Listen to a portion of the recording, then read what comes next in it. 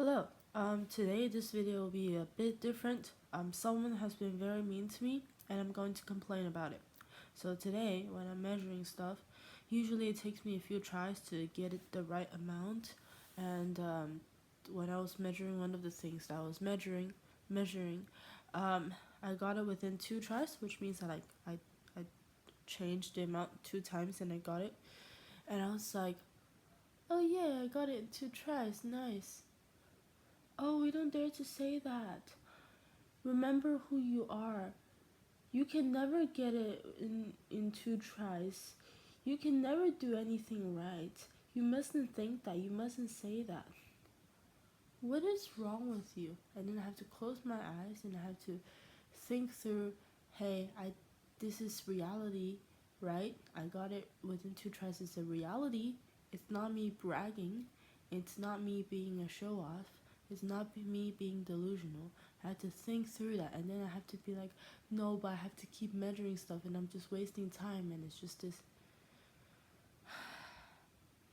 And I was eating a while ago, like a few minutes ago, and I it was like, this tastes really good, and I want some more.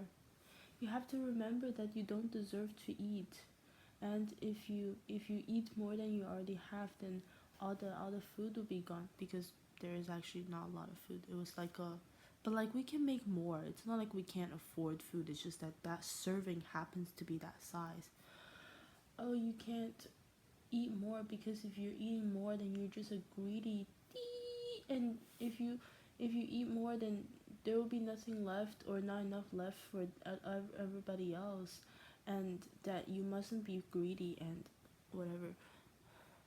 And I'm just like, I literally started crying because I really want to eat more, and but I feel like I'm being greedy.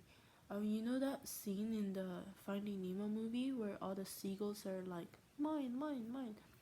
That like gave me so much. I wouldn't say trauma because that wouldn't be accurate. It was just like negative emotion that if I see that scene or if I think about like claiming something, it's just like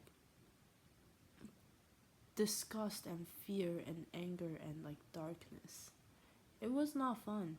So when I was watching Lord of the Rings and I saw saw them petting that ring and saw Gollum, especially when Gollum was like petting the rain or talking about the rain, ring. It was like just darkness. Not fun.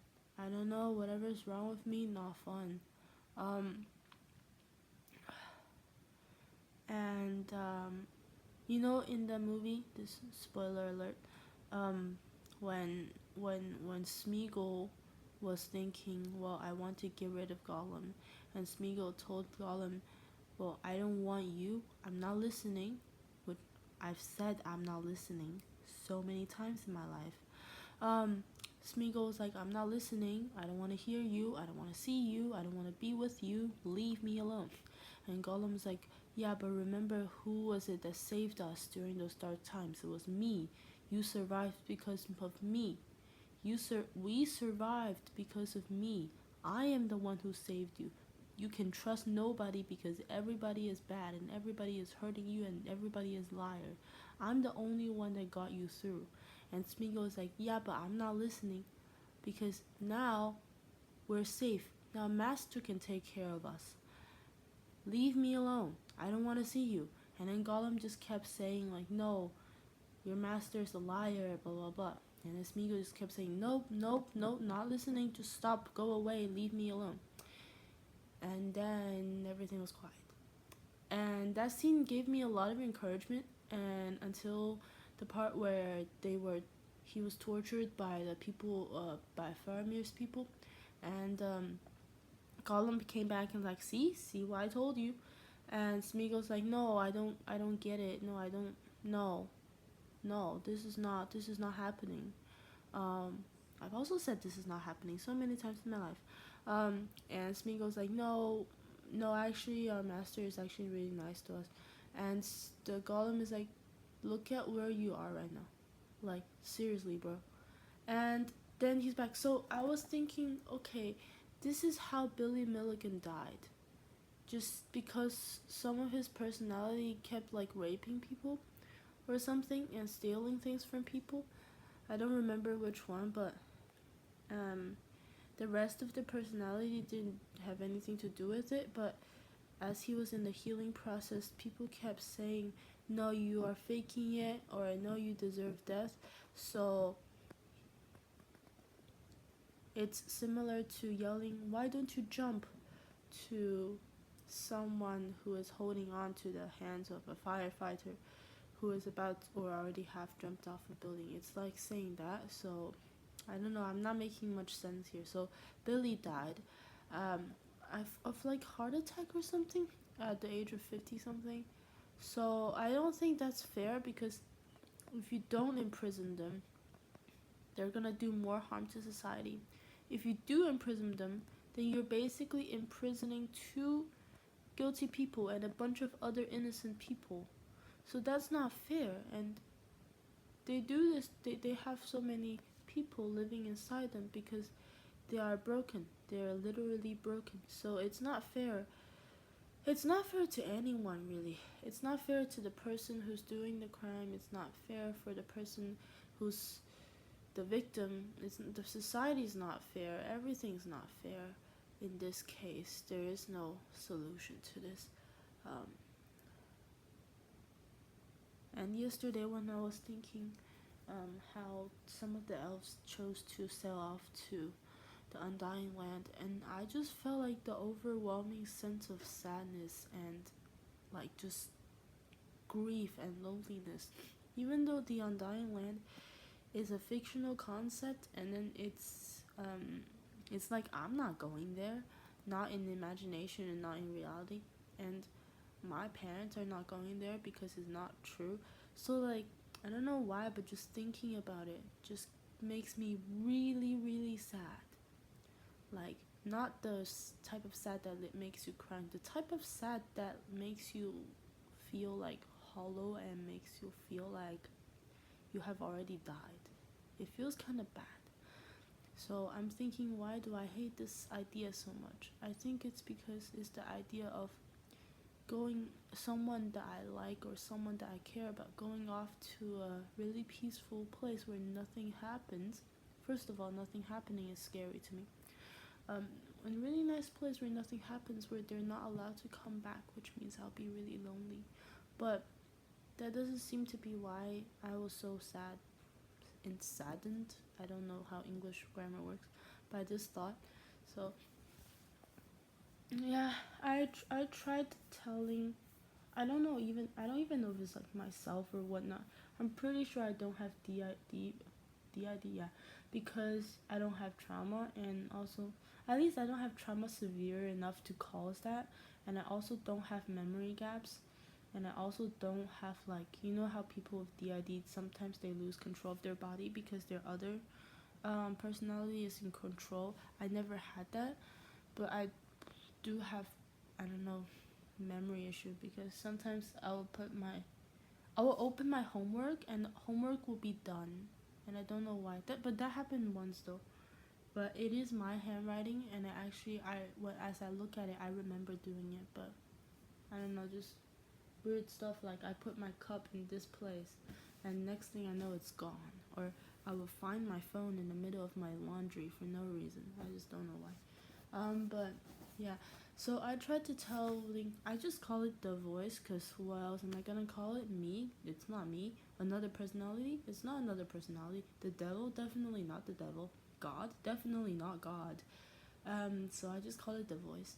I just tried to tell the voice like imitating Smeagol, basically. Just leave me alone. I don't want to hear you. I don't want to see you. I don't need you. You are a big beeping liar, and I don't need to hear you. I don't need you in my life. Leave.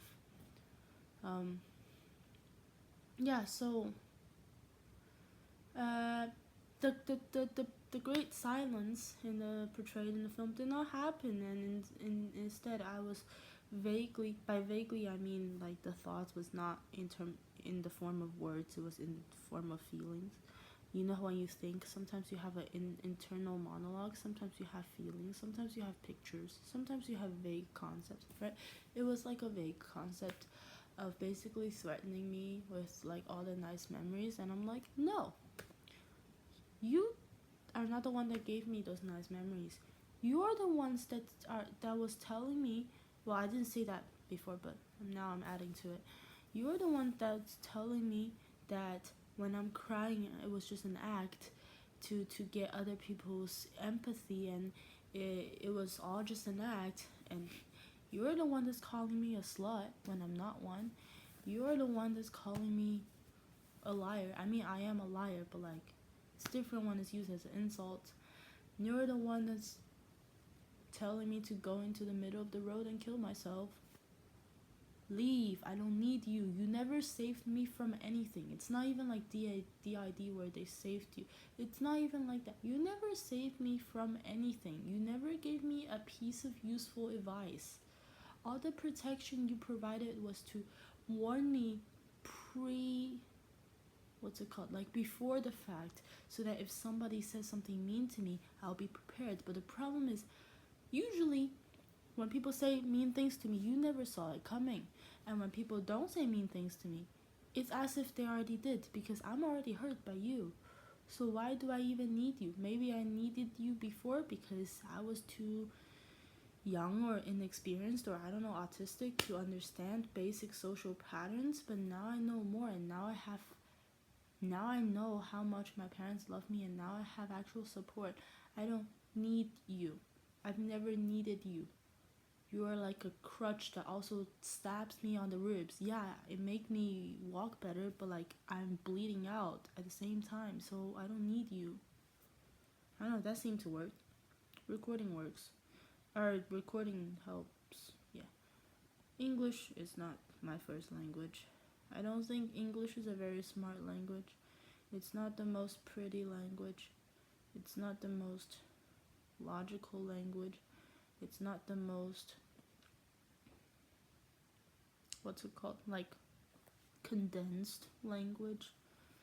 Doesn't make much sense. It has a bunch of loan words that makes no sense.